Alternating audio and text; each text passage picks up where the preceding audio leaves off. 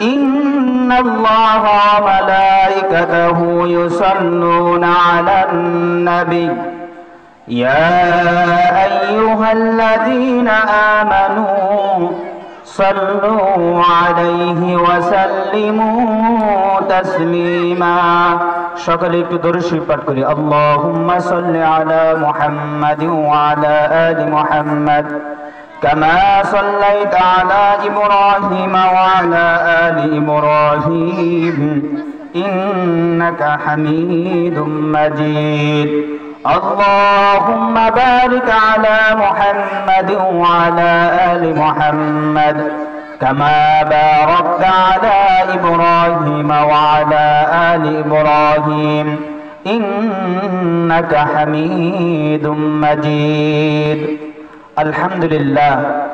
আল্লাহ পাক রব্বুল আলামিনের দরবারে অসংখ্য অজস্র শুকর ও সুজুদ জ্ঞাপন করি, যেই মহান রব, যেই মহান মালিক, যেই মহান সত্তা অত্যন্ত দয়া ও মায়া করে, মহাব্বত করে, ভালোবেসে আপনাকে আমাকে সমস্ত দুনিয়াবি কাজ থেকে ফারেক করে জান্নাতের একটি বাগিচায় কুরআনুল কারীমের মজলিসে আসবার, বসবার, কিছু কথা বলার, কিছু কথা শোনার যে মালিক, যে রব সুযোগ ও সময় করে দিলেন, আসুন সেই রবের দেওয়া জবান দিয়ে অন্তর অন্তঃস্থল থেকে একবার কালিমাতু শুকর আদায় করি।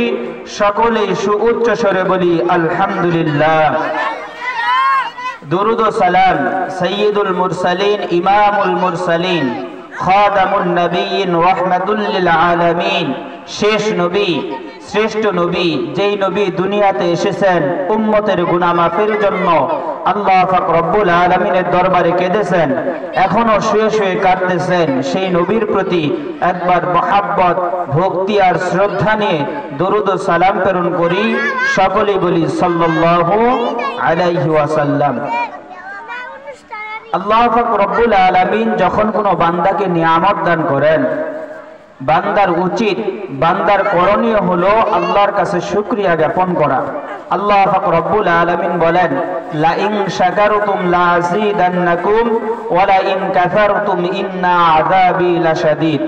যখন আমি কোনো বান্দাকে নিয়ামত দান করি, বান্দা যদি ওই নিয়ামতের শুকরিয়া জ্ঞাপন করে, আমি আল্লাহ খুশি হয়ে তার উপরে নিয়ামতের বাড়িধারাকে আমি আল্লাহ তাআলা আরো বাড়িয়ে দিই।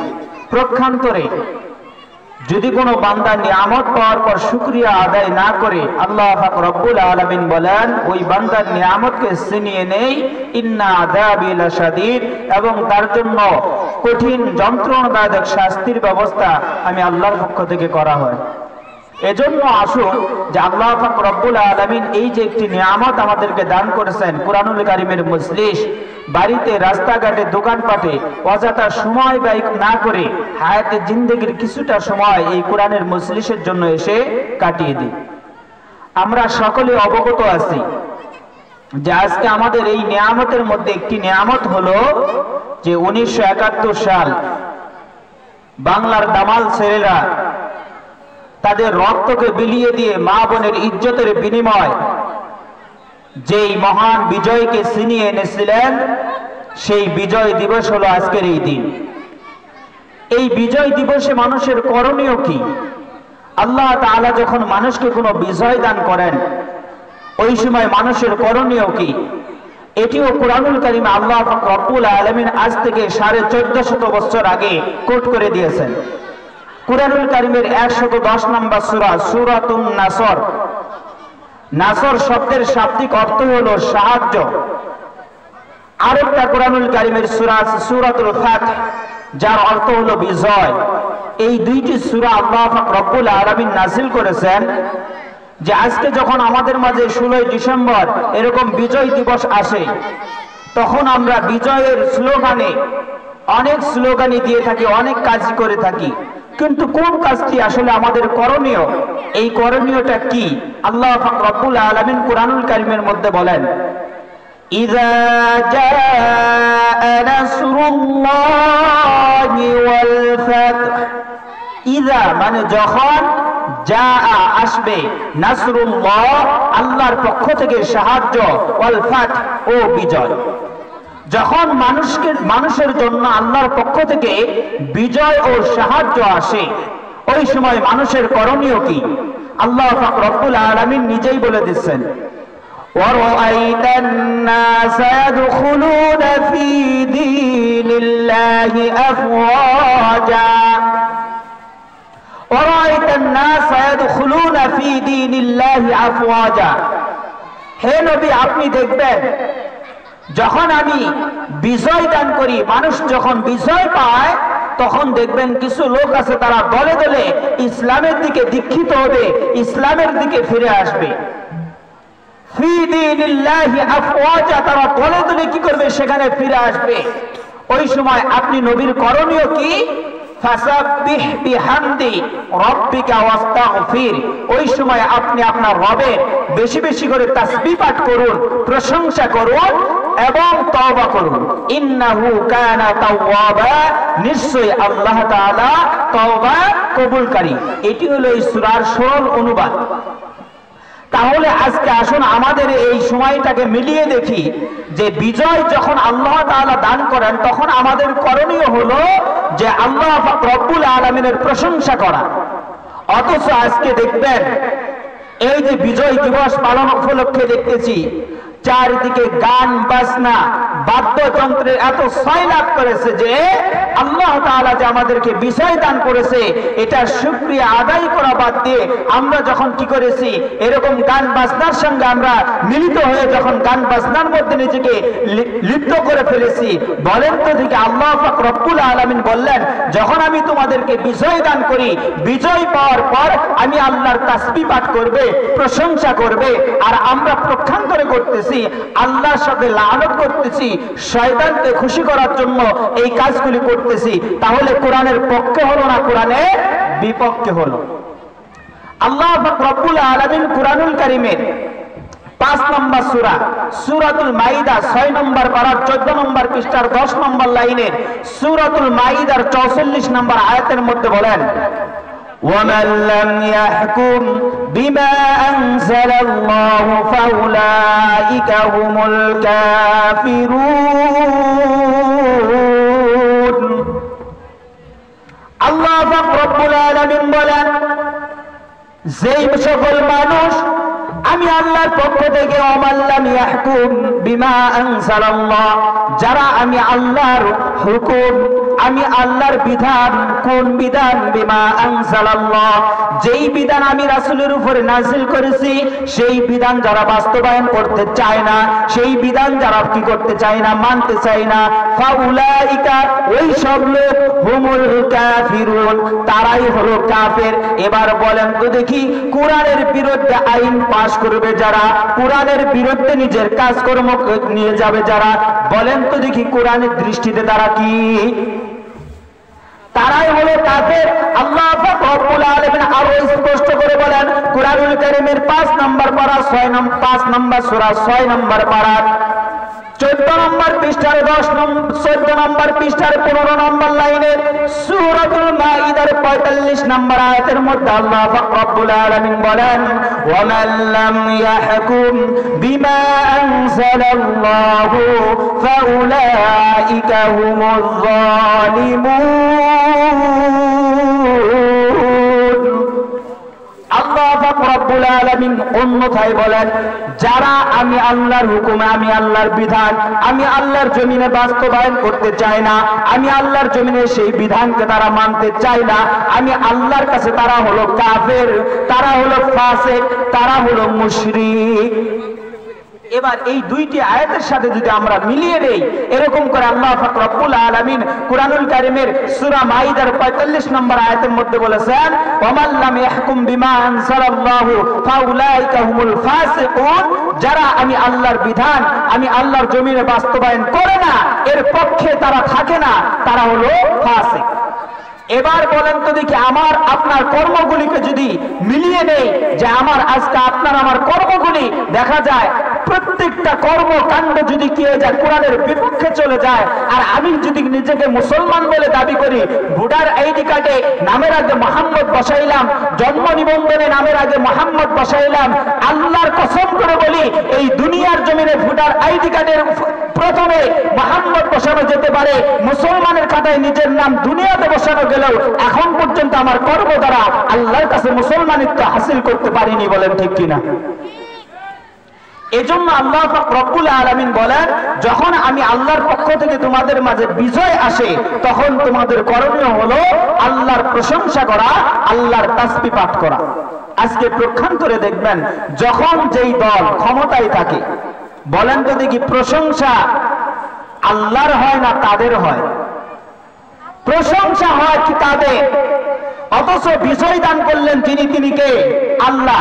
প্রশংসা যদি করতে হয় কার প্রশংসা করব? আল্লাহ। এবার প্রশংসা করব, হ্যাঁ আল্লাহ রব্বুল আলামিন বলেছেন মাল্লাম ইয়াশকুরিল্লাহ মাল্লাম ইয়াশকুরিন নাস। যে ব্যক্তি মানুষের কৃতজ্ঞতা করতে পারে না, প্রশংসা করতে পারে না, সে আল্লাহরও প্রশংসা করতে পারে না। এবার এখান থেকে আমরা মানুষের কৃতজ্ঞতা স্বীকার করব। যেই মুক্তিযোদ্ধারা, যেই বাংলার গর্বিত সন্তানরা তাদের রক্ত বিলিয়ে দিয়ে এই বাংলার জমিনকে হানাদার বাহিনী থেকে মুক্ত করেছে, স্বাধীন করে রেখেছে, আমাদের লাল সবুজের পতাকা দিয়েছে, আমরা তাদের প্রতি কৃতজ্ঞ হব। কিন্তু এই বিষয় দান করেছেন যিনি, তার প্রশংসা করতে হবে। বলেন ঠিক কিনা? এই প্রশংসা, তার প্রশংসা যদি করতে পারি, আল্লাহ পাক রব্বুল আলামিন আমাদেরকে কি করবেন? যে আল্লাহ তাআলা আমাদেরকে বিষয় দান করেছেন, আজকে এই বিষয় পাওয়ার পর আল্লাহর যদি লানত করি, আল্লাহর যদি গোলামি বাদ দিয়ে আল্লাহর আইনের বিরুদ্ধে চলে যাই, তাহলে এই বিষয় বেশিক্ষণ ধরে রাখা যাবে না। এই বিষয় পাওয়ার পর আল্লাহ বললেন আমার প্রশংসা করো, আমার তাসবিহ পাঠ করো। কেন? আমি তোমাদেরকে যখন বিষয় দান করি, এটা হলো এক প্রকার বিষয়। প্রকৃত বিজয় তখনই হবে যখন আমি আল্লাহর কোরআনকে, আমি আল্লাহর আইনকে যখন তোমরা সংসদে নিয়ে যেতে পারবে, আর এই সংসদে যখন আমি আল্লাহর বিধান, আমি আল্লাহর কোরআন যখন বাস্তবায়ন করতে পারবে, তখন গরিবরা তাদের অধিকার ফিরে পাবে। এরকম করে অসহায় মানুষ তাদের অধিকার ফিরে পাবে। ওই সময় প্রকৃত আমি আল্লাহর বিধান যখন জমিনের মধ্যে বাস্তবায়ন হবে, তখনই তোমাদের প্রকৃত বিজয় হবে। এজন্য আল্লাহ পাক রব্বুল আলামিন যেই বিষয় আমাদেরকে দান করেছেন, এই বিষয় পাওয়ার পর আজকে আমরা 5ই আগস্ট আমরা দেখেছি বাংলাদেশের যেই ছাত্রগুলি তাদের এরকম জীবন বাজি রেখে স্বৈরাচার মুক্ত একটি দেশ আমাদেরকে উপহার দিয়েছেন। যেই দেশ আমাদেরকে উপহার দিয়েছেন, এই দেশটিতে আল্লাহর বিধান, আল্লাহর কোরআনকে বাস্তবায়ন করা আমাদের প্রত্যেকটা মুসলমানের ঈমানি দায়িত্ব। বলেন ঠিক কিনা? আজকে যদি এই সময়টা যদি আমরা কি করতে না পারি, এই সময়টাকে কাজে লাগিয়ে আল্লাহর কোরআনকে যদি আল্লাহর ওই সংসদে, আর যদি বাংলাদেশের সংসদে আমরা নিয়ে পৌঁছাইতে না পারি, তাহলে এই সুযোগ আল্লাহ তাআলা বারবার মানুষকে দান করবেন না। এজন্য আল্লাহ তাআলা যে সুযোগ দিয়েছেন, এই সুযোগকে কাজে খাটিয়ে আমাদের ঈমানি শক্তি পাওয়ার দিয়ে যেন সংসদে আল্লাহর কোরআনকে যেন নিয়ে যেতে পারি, আল্লাহর কোরআন দ্বারা যেন, আল্লাহর কোরআন দ্বারা এই বাংলাদেশ যেন পরিচালিত হয়, প্রত্যেকটি আইন যেন আল্লাহর কোরআন থেকে হয়। আল্লাহ পাক রব্বুল আলামিন আমাদের সকলকে সেই তৌফিক দান করুক বলি আল্লাহুম্মা আমিন।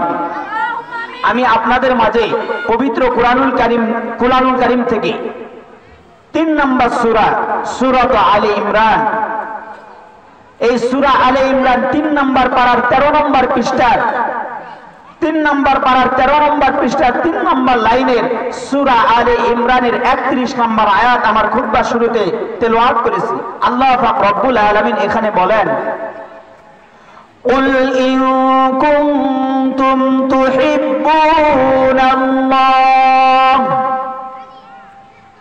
فاتبعوني يحببكم الله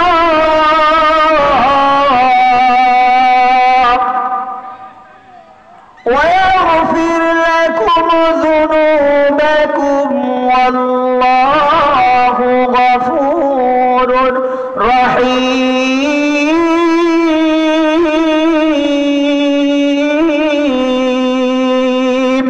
আওয়াজ করে বলুন আল্লাহু আকবার। এই আয়াতের অর্থ বলার আগে আপনাদেরকে একটি প্রশ্ন করতে চাই।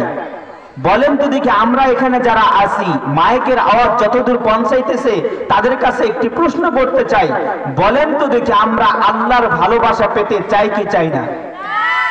আমরা যদি আল্লাহর ভালোবাসা পেতে চাই, আল্লাহর ভালোবাসায় যদি কি নিজেকে যদি আল্লাহর ভালোবাসার পাত্র বানাইতে চাই, তাহলে নিজের মন গড়া চললে হবে না আল্লাহ পাক রব্বুল আলামিন যেই পথে চলতে বলেছেন, যেভাবে চলতে বলেছেন সেভাবে চলতে হবে।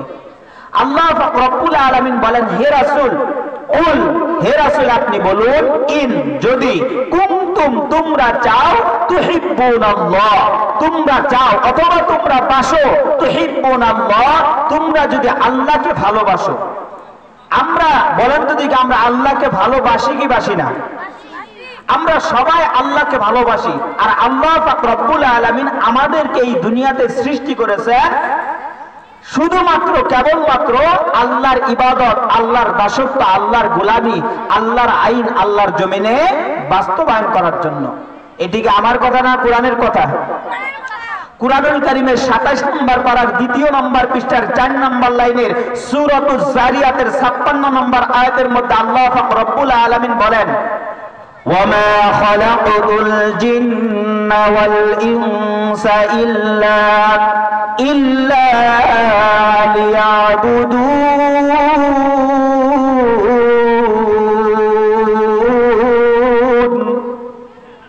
আল্লাহ পাক রব্বুল আলামিন বলেন, ওয়ামা খালাকতুল জিন্না ওয়াল ইনসা, এই দুনিয়াতে জিন এবং ইনসানকে আমি আল্লাহ তৈরি করেছি, ইল্লা লিয়াবুদুন, শুধুমাত্র কেবলমাত্র একমাত্র আমি আল্লাহর ইবাদত করার জন্য, আমি আল্লাহর দাসত্ব করার জন্য, আমি আল্লাহর গোলামি করার জন্য, আমি আল্লাহর আইন, আমি আল্লাহর জমিনে বাস্তবায়ন করার জন্য। তাহলে এখান থেকে আমরা জানতে পারলাম আল্লাহ পাক রব্বুল আলামিন আমাদেরকে তৈরি করেছেন শুধু আল্লাহর ইবাদত বندگی করার জন্য। আর আমরা কি পেতে চাই? আল্লাহর ভালোবাসা পেতে চাই। এবার বলেন তো দেখি, শুধু যদি আল্লাহ তাআলা আল্লাহর ইবাদত গোলামি করার জন্য পাঠিয়ে থাকেন, তাহলে ২৪ ঘন্টায় যদি আল্লাহর ইবাদত করি, তাহলে কি দুনিয়াতে বাঁচা সম্ভব? সম্ভব না। কিন্তু আল্লাহ তাআলা আমাদেরকে সৃষ্টি করেছেন আল্লাহর গোলামি করার জন্য, ইবাদত করার জন্য। আর এই ইবাদতের পদ্ধতিটা শিক্ষা দেওয়ার জন্য আল্লাহ যুগে যুগে কি করেছেন? প্রত্যেকটা নবী, প্রত্যেকটা পয়গম্বরকে পাঠিয়েছেন যে তার উম্মতদেরকে শিক্ষা দেওয়ার জন্য কিভাবে প্রত্যেকটি কাজ করলে ইবাদত হবে, এই ইবাদতটা যেন হয়। এজন্য আল্লাহ পাক রব্বুল আলামিন বলেছেন, আমি তোমাদেরকে দুনিয়াতে প্রেরণ করছি আমি আল্লাহর ইবাদত করার জন্য। আর তুমি যদি কি করতে পারো, আমি প্রত্যেকটি ইবাদতের পদ্ধতি রাসূলদের মাধ্যমে বলে দিয়েছি, তারা বাস্তবায়ন করে দেখিয়ে দিয়েছে। সেই পদ্ধতিতে যদি দুনিয়াতে প্রত্যেকটি কাজ করতে পারো, কিয়ামতের দিন তোমার প্রতিটা কাজকে আমি আল্লাহর ইবাদত বানিয়ে দিব। বলি সুবহানাল্লাহ। কেমন করে? আল্লাহ রাসূল সাল্লাল্লাহু আলাইহি ওয়াসাল্লাম ঘুমাইতেন কি ঘুমাইতেন না? তিনি ঘুমিয়েছেন, তার ঘুমানোর মধ্যে একটি সুন্নাহ আছে। তিনি খানা খেয়েছেন, খানা খাওয়ার মধ্যে একটি পদ্ধতি আছে। তিনি রাস্তায় চলেছেন, রাস্তায় চলার মধ্যে তার একটি পদ্ধতি আছে। এরকম করে রাসূল সাল্লাল্লাহু আলাইহি ওয়াসাল্লাম রাষ্ট্র ব্যবস্থা পরিচালনা করেছেন, সেখানেও তার পদ্ধতি আছে। এরকম করে তিনি কি করেছেন? রাস্তাঘাটে চলার পথে, বাড়িতে স্ত্রীদের হক সম্পর্কে যেভাবে তিনি জীবনযাপন করেছেন, প্রত্যেকটি কাজে রাসূল সাল্লাল্লাহু আলাইহি ওয়াসাল্লামের পদ্ধতি আছে। এই পদ্ধতিটা যদি কি করতে পারি, রাসূলের পদ্ধতি অনুযায়ী যদি আমার ঘুমটা হয়, ঘুমটা হবে ইবাদত। রাসূলের পদ্ধতি অনুযায়ী যদি আমার খাওয়া হয়, খাওয়াটা হবে ইবাদত। রাসূলের পদ্ধতি অনুযায়ী যদি আমার কাজকর্মগুলি হয়, কাজকর্মগুলি হবে ইবাদত।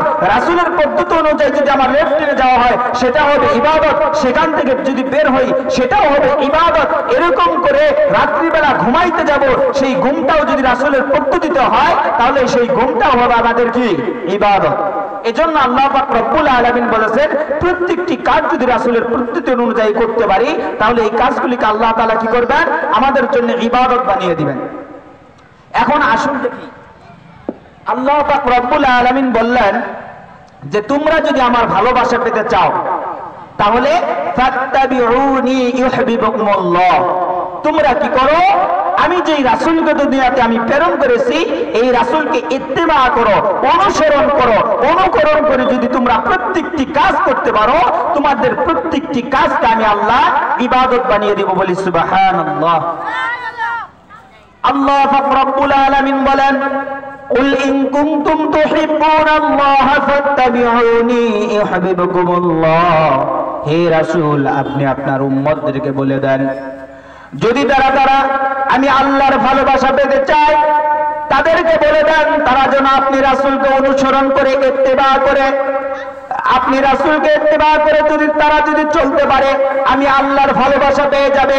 আর আমি আল্লাহর ভালোবাসা পাবে যারা, আমি আল্লাহর পক্ষ থেকে তারা 2টি পুরস্কার পাবে। বলে সুবহানাল্লাহ। আল্লাহ পাক রব্বুল আলামিন বলেন, যারা আপনি রাসূলকে অনুসরণ করে চলতে পারবে, 1 নম্বর পুরস্কার হলো ফাত্তাবিউনি ইউহিব্বুকুমুল্লাহ, আমি আল্লাহ তাদেরকে ভালোবাসার পাত্র বানিয়ে নিব। আমি আল্লাহ যাদেরকে ভালোবাসবো, ইয়াগফির ওয়া ইয়াগফির লাকুম যুনুবাকুম, তাদের জীবনের যত গুনাহ আছে সমস্ত গুনাহ খাতাগুলিকে maaf করে দিব। বলি সুবহানাল্লাহ। ওয়াল্লাহু গফুরুর রহিম।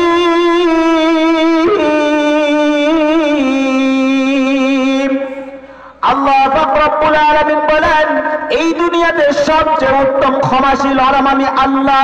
অতএব তোমরা যদি আমি আল্লাহর ভালোবাসা পেতে চাও, তোমরা রাসূলকে অনুসরণ করে চলো। রাসূলকে অনুসরণ করে চলবে যারা, আমি আল্লাহর ভালোবাসা পাবে তারা। আমি আল্লাহর ভালোবাসা পাবে যখন তোমাদের জিন্দেগীর সমস্ত গুনাহগুলিকে আমি আল্লাহ maaf করে দিব, তখন আমি আল্লাহর maaf পাবে যারা, আখিরাতে বিনা হিসেবে আমি আল্লাহর জান্নাতে চলে যাবে তারা। বলি সুবহানাল্লাহ। এবার আসুন, আমি মাত্র সময় যেহেতু শর্ট, 3টি সুন্নতের কথা বলবো। আমি খুতবা শুরুতে একটি হাদিস তেলাওয়াত করেছিলাম, মান আহাব্বা সুন্নতি ফাকাদ আহাব্বানি ওয়া মান আহাব্বানি কানা মাই ফিল জান্নাহ। আল্লাহ রাসূল সাল্লাল্লাহু আলাইহি ওয়াসাল্লাম বলেন, যদি কোনো ব্যক্তি আমি রাসূলের একটি সুন্নতকে মহব্বত করতে পারে, আর মহব্বত করে সেই সুন্নতের উপরে যদি নিজের জিন্দেগিটাকে গড়তে পারে, আমি আল্লাহর রাসূল বলে দিলাম ওই একটা সুন্নত তাকে, মান আহাব্বা সুন্নতি ফাকাদ আহাব্বানি কানা মাই ফিল জান্নাহ, ওই সুন্নতটাই তাকে জান্নাতে পৌঁছে দিবে। বলি সুবহানাল্লাহ। 1 নম্বর, আল্লাহ রাসূলের সুন্নতের কি দাম, ছোট্ট একটি ঘটনা বললে বুঝে আসবে। আল্লাহ রাসূল সাল্লাল্লাহু আলাইহি ওয়াসাল্লাম মক্কা থেকে হিজরত করে মদিনায় চলে গেলেন। যখন আল্লাহর নবীকে মহব্বত করে কিছু মানুষ আল্লাহ রাসূলের কাছে কালেমা পড়ে মুসলমান হয়ে গেল, আর কিছু দাম্ভিকতাপূর্ণ অহংকার যুক্ত মানুষ তারা কি করলো, আল্লাহ রাসূলের বিরুদ্ধে চরণ করলো। আল্লাহ রাসূলের বিরুদ্ধে চলে গেলে এমন একজন ব্যক্তি ছিলেন, একজন ইহুদি ছিলেন, যে আল্লাহ রাসূল যখন কোনো ভাষণ দিত সেখান দিয়ে পাশ দিয়ে যাওয়ার সময় আল্লাহ রাসূলের কথার আওয়াজ শোনার সঙ্গে সঙ্গেই কানের মধ্যে আঙ্গুল ঢুকিয়ে সেখান থেকে চলে যেতেন, আল্লাহ রাসূলের কথা যেন তার কানের মধ্যে না আসে। আল্লাহ রাসূল সাল্লাল্লাহু আলাইহি ওয়াসাল্লাম একদিন সাহাবাদেরকে বক্তব্য দিচ্ছেন, এমন সময় ইহুদি আল্লাহ রাসূলের পাশ দিয়ে যাচ্ছেন কানের মধ্যে হাত দিয়ে, আল্লাহ রাসূলের কথা যেন তার কানের মধ্যে না পৌঁছায়। এই হাত দিয়ে যাওয়ার সময় হঠাৎ করে তার পার মধ্যে যখন একটি কাঁটা বিঁধে গেল, কাঁটা বিঁধার সঙ্গে সঙ্গে ব্যথা এসে কি করলো, হাত থেকে কান সরিয়ে ফেলল, হাত থেকে সরিয়ে ফেলে কাঁটাটি ছাড়িয়ে নিচ্ছে। এমন সময় আল্লাহ রাসূলের জবান থেকে একটি কথা শুনতে পাইলেন, যদি কোন সংসারের মধ্যে স্বামী স্ত্রীর মধ্যে যদি অমিল থাকে, ঝগড়া থাকে, তারা যদি এক প্লেটে খানা খায় আর এই সুন্নতের আমলটা যদি করতে পারে, আল্লাহ পাক রব্বুল আলামিন তাদের সমস্ত ঝামেলাটা মিটিয়ে স্বামী স্ত্রীর মধ্যে এমন মহব্বত পয়দা করে দিবেন, এই মহব্বতের কারণে তাদের সংসারের জীবনটা সুখময় জিন্দেগি হয়ে যাবে। বলি সুবহানাল্লাহ। ওই ইহুদির স্ত্রীর সঙ্গে তার তুমুল ঝগড়া লাগতো প্রত্যেকটা দিন। ইহুদিটা এই কথা কাঁটাটা বের করে কানের মধ্যে আবার হাত ঢুকিয়ে দিয়ে চলে যাচ্ছেন, আর চিন্তা করতেছেন যে এটা কি বললো, যে শুধু এক প্লেটে খানা খাইলে নাকি তাদের মধ্যে কি হবে না, ঝগড়া ফাসাদ এরকম করে ঝগড়া লাগবে না, একটু দেখি সে কথা বলে তাকে না মানে এই কথাটা কাজ করে দেখি, যেহেতু আমার সংসারে তো এরকম স্ত্রীকে নিয়ে ঝামেলা। এবার বাজারে গেছেন, বাজারে যাওয়ার পর এরকম করে বড় করে একটি প্লেট কিনেছেন, প্লেট নিয়ে এসে বাড়িতে রেখেছেন, স্ত্রীর সাথে কথা নেই, ঝগড়া। খাবার সময় হয়েছে, স্বামী খানা খাইতে বলতেছে, স্ত্রী এবার খানা খাবে না, বলে আমি যদি খানা খাই তাহলে এক প্লেটে তোমার সঙ্গে খাবো, আর তুমি যদি আমার সঙ্গে এক প্লেটে খানা না খাও আমি তোমার সঙ্গে খানা খাবো না। এই কথা যখন বললেন, স্ত্রী তো খুবই রাগান্বিত, স্বামীর সাথে ঝগড়া, সে খানা খাবে না। এবং সময় এক পর্যায়ে যখন দেখতেছে স্বামী খানা খায় না, এমন সময় কি করলেন, তিনি চলে আসলেন যে স্বামীর সঙ্গে খানা খাওয়ার জন্য। এক প্লেটে প্রথম দিন খানা খেয়েছেন খুব ইতস্ত বোধ করে। প্রথম দিন খানা খাওয়ার পর দ্বিতীয় ওয়াক্তে জোহরের ওয়াক্তে আবার খানা খাইলেন, দুপুরের খানা, রাত্রিবেলা রাত্রের খানা খাইলেন। এভাবে 7 দিন খানা খাওয়ার পর তাদের মধ্যে এমন একটি মহাব্বত আল্লাহ পাক রব্বুল আলামিন পয়দা করে দিলেন।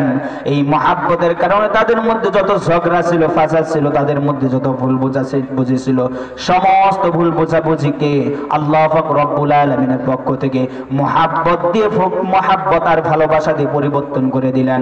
আল্লাহ পাক রব্বুল আলামিন এই ভালোবাসা দিয়ে পরিবর্তন করে দিলেন। যখন ইহুদি চিন্তা করতেছে যেই রাসূলের আমি কথা শুনি না, একটা কথা মানার কারণে যদি আল্লাহ পাক রব্বুল আলামিন আমাদের সংসারের মধ্যে যদি এত মহাব্বত, এত ভালোবাসা পয়দা করে দিয়ে দিতে পারে, ও স্ত্রী শুনে রাখো, আমি আর ওই মুহাম্মদের বিরোধিতা করব না, ওই মুহাম্মদের কথা শুনে কানের মধ্যে আর আঙ্গুল ঢুকিয়ে দিব না।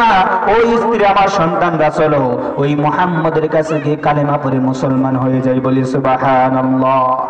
একটা সুন্নতের এত দাম, এত পাওয়ার। একটা সুন্নতকে যদি আপনি আমি আজকে আঁকড়িয়ে ধরে চলতে পারি, তাহলে আল্লাহর কসম করে বলি একটা সুন্নতি হতে পারে আমার জিন্দেগিতে জান্নাতে পৌঁছে যাওয়ার কারণ। এজন্য হাদিসের মধ্যে এসেছে কোন ব্যক্তি যদি তিনটি সুন্নতের যদি আমল করতে পারে, বাকি যে সুন্নতগুলি আছে এই সুন্নতগুলির উপর আমল করা আল্লাহ পাক রব্বুল আলামিন তার জন্য সহজ করে দেয়, বলি সুবহানাল্লাহ। এই 1 নম্বর সুন্নতের কথা বলা হয়েছে কি আসসালাম। প্রত্যেকটা মানে যখন কোন মুসলমানের সঙ্গে সাক্ষাৎ হবে, অপর মুসলমানের যখন সাক্ষাৎ হবে, ওই মুসলমান যেন কি করে বেশি বেশি করে অপর মুসলমানকে সালাম দেয়। হাদিসের মধ্যে এসেছে কোন মুসলমানের সঙ্গে যখন কোন মুসলমানের সাক্ষাৎ হয়ে যায়, হুযায়ফা রাদিয়াল্লাহু তাআলা আনহু বলেন, যদি ওই ব্যক্তি সালাম দিয়ে ওই ব্যক্তির সঙ্গে যদি মুসাফা করে, এই মুসাফা করার সঙ্গে সঙ্গে আল্লাহ পাক রব্বুল আলামিন তাদের জীবনে যে সগীরা গুনাহগুলি আছে এই গুনাহগুলিকে ঝরিয়ে দেন, বলি সুবহানাল্লাহ। কোন স্বামী স্ত্রীর মধ্যে মহাব্বত ভালোবাসা নেই, যদি কি করে স্ত্রী স্বামীকে বেশি বেশি করে সালাম দেয়, স্বামী যদি স্ত্রীকে বেশি বেশি করে সালাম দেয়, এক সময় তাদের মধ্যে যত ভুল বুঝাবুঝি আছে, ঝগড়া ফাসাদ আছে, একটা সালামের এই আমলটা করার কারণে তাদের স্বামী স্ত্রীর মধ্যে যত ভুল বুঝাবুঝি আছে, ঝগড়া ফাসাদ আছে, এই সালামের বরকতে সমস্ত ঝগড়া ফাসাদকে আল্লাহ পাক রব্বুল আলামিন কি করবেন, তার রহমত দ্বারা ভরপুর করে দিয়ে তাদের সম্পর্কটাকে কি করে দেবেন, মধুময় সম্পর্ক বানিয়ে দিবেন, বলি সুবহানাল্লাহ। এজন্য আজকে আমাদের মধ্যে দেখে যখন সালামের প্রচলনটা উঠে গেছে, তখন আল্লাহ পাক রব্বুল আলামিন আমাদের মধ্যে থেকে মহাব্বতটাকে উঠিয়ে দিয়েছেন। হাদিসের মধ্যে এসেছে তুমি তোমার সন্তানকে সালাম শিখাও। তুমি যখন বাহির থেকে যখন বাড়িতে ফিরবে, বাড়িতে ফেরার পর যদি তুমি ঘরের মধ্যে প্রবেশের পূর্বে তুমি যদি বাড়ির মানুষকে তোমার আহলিয়াকে যদি তুমি সালাম দিতে পারো, বাড়ির সদস্যদেরকে যদি সালাম দাও, আল্লাহ পাক রব্বুল আলামিন তোমার বাড়িটাকে আল্লাহর রহমত দ্বারা ভরপুর করে দিবেন, বলি সুবহানাল্লাহ।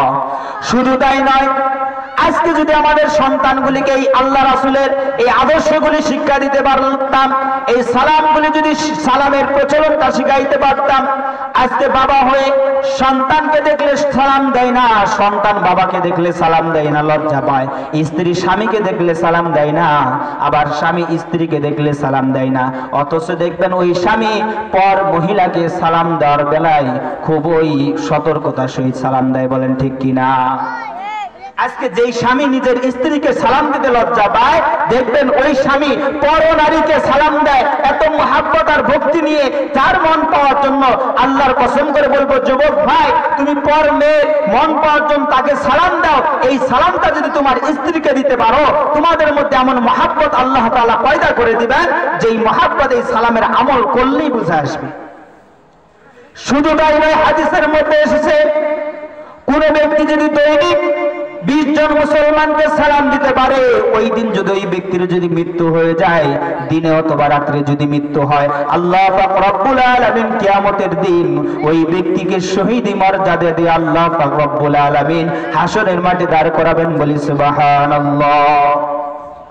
শুধু তাই নয়, এরকম করে সালামের কথা যদি বলতে যাই, যেহেতু সময় শর্ট, এরকম এরকম সালামের অনেক ফজিলত আল্লাহ রাসূল সাল্লাল্লাহু আলাইহি ওয়াসাল্লাম বর্ণনা করেছেন। এই যে আপনারা আলোচনা শুনতে এসেছেন, এখান থেকে যদি একটা জিনিস শিক্ষা নিয়ে যেতে পারেন, আজ থেকে আমি নিয়ত করলাম আমি বেশি বেশি করে সালামের প্রচলন করব। স্বামী স্ত্রীকে দেখলে সালাম দেব, স্ত্রী স্বামীকে দেখলে সালাম দেব, সন্তান বাবাকে দেখলে সালাম দেবে। যেই সন্তান বাবাকে সালাম দেয় না, ওই বাবা যদি সন্তানকে দেখার পর একদিন, 2 দিন, 3 দিন সালাম দেয়, চতুর্থ দিন দেখবেন ওই সন্তান বাবার আগে সালাম দিবে। বলেন ঠিক কিনা? আপনার সন্তানকে আদর্শ শেখানো, আপনার সন্তানকে সালাম শিক্ষা দেওয়া, এটি আপনি বাবা, আপনি মা হিসেবে আপনাদের কর্তব্য। সালাম শিক্ষা দিতে হবে। বলছিলাম যে 3টি সুন্নতের যদি আমল করতে পারি, বাকি সুন্নতগুলিকে আল্লাহ পাক রব্বুল আলামিন আমল করা সহজ করে দেন। বাকি সুন্নতগুলির উপর আমল করা আল্লাহ পাক রব্বুল আলামিন কি করেন? সহজ করে দেন। দ্বিতীয় নম্বর যে আমল সুন্নতের কথাটি বলবো, প্রত্যেকটা কাজে, প্রত্যেকটি উত্তম কাজে উত্তম স্থানের ডানকে প্রাধান্য দেওয়া, এটা হলো রাসূলের সুন্নাত। কি বললাম? প্রত্যেকটি উত্তম কাজে উত্তম স্থানে ডানকে প্রাধান্য দেওয়া কার সুন্নাত? রাসূলের সুন্নাত। এবার আসুন দেখি, বলেন তো দেখি, মসজিদের বাহির উত্তম না মসজিদের ভিতর উত্তম? মসজিদের ভিতরে উত্তম। এজন্য আমরা যখন মসজিদে প্রবেশ করব কোন পা দিয়ে? ডান পা দিয়ে। আবার যখন মসজিদ থেকে বের হব, উত্তম জায়গা থেকে অনুত্তম জায়গায় যখন বের হব, তখন মসজিদ থেকে বের হতে হবে কোন পা দিয়ে? বাম পা দিয়ে। এই জন্য এই যে উত্তম কাজে উত্তম স্থানে রাসূলের সুন্নাত হলো ডানকে প্রাধান্য দেওয়া। দ্বিতীয় নম্বর সুন্নাত হলো যে উত্তম কাজে, বলেন তো দেখি, লেট্রিন বাথরুমের তুলনায় বাথরুমের বাহিরটা উত্তম না ভিতরটা উত্তম? বাহিরটা উত্তম। এজন্য আমি যখন উত্তম জায়গা থেকে যখন লেট্রিনে প্রবেশ করব, তখন কোন পা দিয়ে প্রবেশ করব? বাম পা দিয়ে। আর যখন ওই অনুত্তম জায়গা থেকে আমি যখন বের হচ্ছি, তখন আমি যখন বের হব, এই বের হওয়ার সময় কি করতে হবে? আমাকে এরকম করে ডান পা দিয়ে লেফটিন থেকে বের হতে হবে, আর বাম পা দিয়ে প্রবেশ করতে হবে, ডান পা দিয়ে বের হতে হবে। এই যে এই ছোট্ট ছোট্ট সুন্নতগুলি যদি আমল করতে পারতাম, আজকে আমাদের জিন্দেগিটা সুন্নতি জিন্দেগি হয়ে যেত। বলেন ঠিক কিনা? এই সুন্নতের আমলগুলি আমাদের মধ্যে নাই। এবার আরেকটি কথা, আমরা সকলেই ভুল করে থাকি। অনেকেই আছে এই কাজটি ভুল করে থাকে। বলেন তো দেখি, যখন আমি গাড়িতে উঠবো তখন কোন পা দিয়ে উঠবো? বলেন, জমিন উত্তম না গাড়ি উত্তম? জমিন উত্তম। গাড়ির তুলনায় জমিন হলো নিরাপদ। কারণ জমিনের সমতল ভূমিতে যখন আমি চলাচল করব, এখানে অ্যাক্সিডেন্ট, এরকম করে দুর্ঘটনা হওয়ার সম্ভাবনা কম। আর গাড়িতে যখন উঠবো, এখানে দুর্ঘটনা হওয়ার, জমিনের তুলনায় এখানে দুর্ঘটনা হওয়ার সম্ভাবনা বেশি। এজন্য যখন গাড়িতে উঠবো তখন বাম পা দিয়ে উঠবো, আর এই গাড়ি থেকে যখন নামবো তখন কি করব? ডান পা দিয়ে নামবো। এই যে প্রত্যেকটি উত্তম জায়গায় উত্তম স্থানে রাসূলের সুন্নাত হলো ডানকে প্রাধান্য দেওয়া। এই আমলগুলি যদি করতে পারি, এই আমলগুলি করে যদি নিজের জিন্দেগিটাকে করতে পারি, আল্লাহর কসম করে বলি আমাদের জিন্দেগিটা সুন্নতি জিন্দেগি হবে। আর এই জিন্দেগিটা গঠন করতে পারলেই আমরা দুনিয়াতে আল্লাহর ভালোবাসা, রাসূলের আশিকি উম্মত হয়ে দুনিয়া থেকে বিদায় নিতে পারবো। বলেন ঠিক কিনা? 3 নম্বর, আল্লাহ রাসূল সাল্লাল্লাহু আলাইহি ওয়াসাল্লাম আরেকটি গুরুত্বপূর্ণ সুন্নতের কথা বলেছেন। বান্দা সর্ব অবস্থায় যখন তুমি চলাচল করবে, সর্ব অবস্থায় জমিনে যখন বিচরণ করবে, আল্লাহকে বেশি বেশি করে আল্লাহর জিকির, আল্লাহর স্মরণ তোমার দিলের মধ্যে রাখবে। আল্লাহ রাসূল সাল্লাল্লাহু আলাইহি ওয়াসাল্লামের সুন্নাত হলো যখন কোনো উঁচু জায়গায় তুমি উঠবে তখন বলবে আল্লাহু আকবার, আল্লাহু আকবার। যখন নিচের দিকে নামবে তখন বলবে সুবহানাল্লাহ, সুবহানাল্লাহ।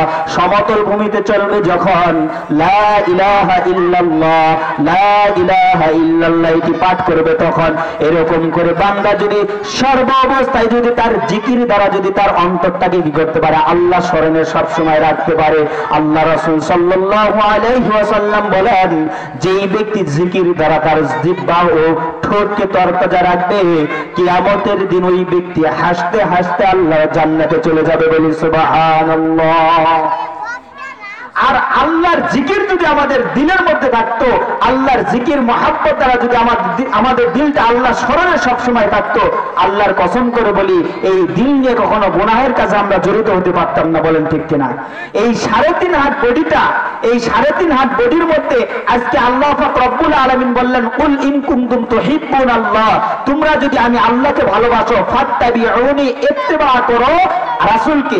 আজকে এই 3.5 হাত বডির মধ্যে একটু তাকিয়ে দেখেন তো, আমি এই 3.5 হাত বডিটার মধ্যে আল্লাহ রাসূলের আদর্শকে বাস্তবায়ন করতে পেরেছি কিনা?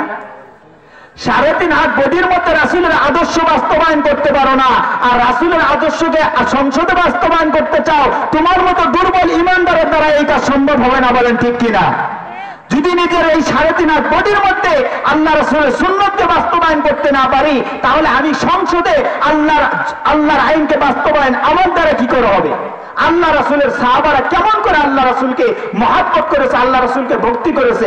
আবু বকর রাদিয়াল্লাহু তাআলা আনহুকে আল্লাহ রাসূল সাল্লাল্লাহু আলাইহি ওয়াসাল্লাম 6 মাস আগে বলেছিলেন, আবু বকর আমি হয়তো এই মক্কা থেকে চলে যাব, এই মক্কা থেকে বিদায় নিয়ে আমি মদিনায় চলে যাব, হয়তো তুমি আমার সফর সঙ্গী হবে।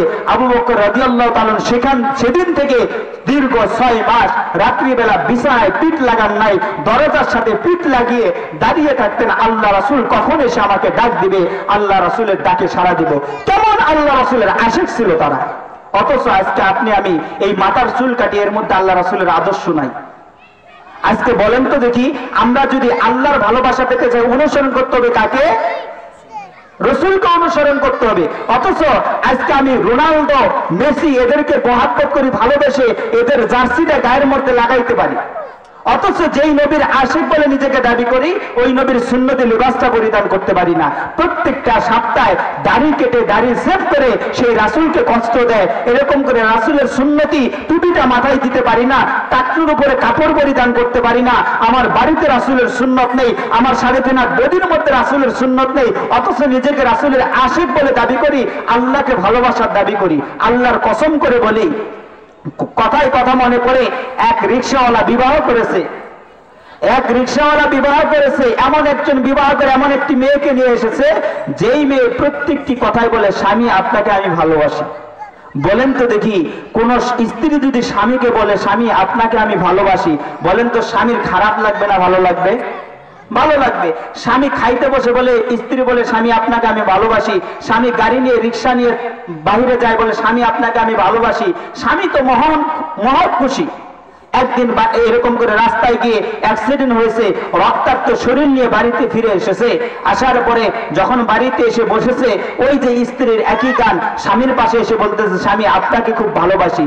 একবার শুনেছে, স্বামী কিছু বলে নাই, দ্বিতীয়বার শুনেছে, তৃতীয়বার শুনেছে, চতুর্থবারের বেলায় স্বামী বলতেছে, প্রকৃতপক্ষে তুই যদি আমাকে ভালোবাসতি, তাহলে আমার রক্তাক্ত শরীর দেখে মুখে মুখে শুধু ভালোবাসার কথা বলতে না, সেভলন এরকম করে তুলা নিয়ে এসে আমার রক্তগুলো মুছে পরিষ্কার করে সেখানে ব্যান্ডেজ করে দিতে, তাহলে তোমার মুখে বলা লাগতো না তুমি আমাকে ভালোবাসো, তোমার কর্ম দ্বারাই বোঝা যেত যে তুমি আমাকে ভালোবাসো। বলেন ঠিক কিনা? আজকে আমাদের জবান দ্বারা আমরা বলি আমি নবীকে ভালোবাসি, আমাদের জবান দ্বারা বলি আল্লাহকে ভালোবাসি, আল্লাহ রাসূলকে মহব্বত করি, অথচ মহব্বত করি এটা মুখে মুখে বলি, কিন্তু কাজে কর্মে আমাদের মধ্যে নাই। রাসূলকে মহব্বত করে দাড়িটা রাখতে পারি না, রাসূলকে মহব্বত করে সুন্নতি লিবাসটা পরিধান করতে পারি না, রাসূলকে মহব্বত করে নিজের বাড়িটাকে এখনো পর্দা নিচে বাড়ি বানাইতে পারি নাই, রাসূলকে মহব্বত করে এরকম করে টাকনুর উপরে কাপড় পরিধান করা, রাসূল যেভাবে জিন্দেগীকরণ করেছে এইভাবে নিজের জিন্দেগিটাকে গঠন করতে পারলাম না, তাহলে কি করে এই জবান দ্বারা শুধু বললাম যে রাসূলকে মহব্বত করি, এই মহব্বত আমাকে কি করে আল্লাহর জান্নাতে নিয়ে যাবে? যেই নবী নামাজের জামাত কায়েম করার জন্য এত রক্ত ঝরাইলেন, আল্লাহ রাসূল এরকম করে সেজদায় গিয়েছে, নামাজের সেজদায় আবু জেহেল তার দল বলে সে কি করেছে, পচা নারী ভুড়ি নিয়ে এসে আল্লাহ রাসূলের উপরে চাপিয়ে দিয়েছে, তবুও আল্লাহ রাসূল নামাজ ছেড়ে দেন নাই, নামাজ আদায় করেছেন। অথচ সেই নবীর আশিক বলে নিজেকে দাবি করে আজকে আমি নামাজ আদায় করতে পারি না, নামাজের সাথে আমার সম্পর্ক নাই। এজন্য বলবো, আল্লাহ রাসূলের প্রকৃত আশিক বলে নিজেকে যদি দাবি করি, তাহলে আপনাদেরকে আল্লাহর ওয়াস্তে বলে যাই, এখান থেকে একটা জিনিস যদি শিক্ষা নিয়ে আমল করতে পারেন, অন্তত আজ থেকে নিয়োগ করেন আমি দাড়িটা কেটে আর আল্লাহ রাসূলকে কষ্ট দেব না, আমি অপবিত্র অবস্থায় থাকবো না, আমি এই সুন্নতি লিবাসটা পরিধান করার চেষ্টা করব। এই আমলগুলি যদি করতে পারি, আল্লাহর কসম করে বলি আস্তে আস্তে আমার জিন্দেগিটাকে আল্লাহ তাআলা পরিবর্তন করে দিবেন, আমি হব আল্লাহর ভালোবাসার পাত্র, এবং আল্লাহ পাক রব্বুল আলামিনের ভালোবাসা যদি অর্জন করতে পারি, আল্লাহ তাআলা আমাদেরকে মাফ করে আমাদের গুনাহ খাতাগুলিকে মাফ করে দিবেন।